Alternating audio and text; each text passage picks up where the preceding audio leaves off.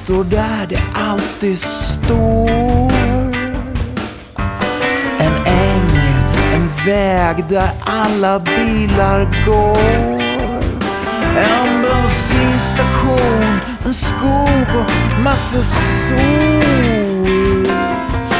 En kvinna på en cykel klädd i kjol.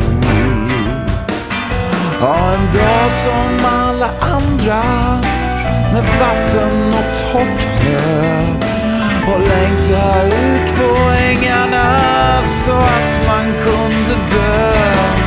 På en sönderbetad jordplätt bakom stängsel, träd och slö.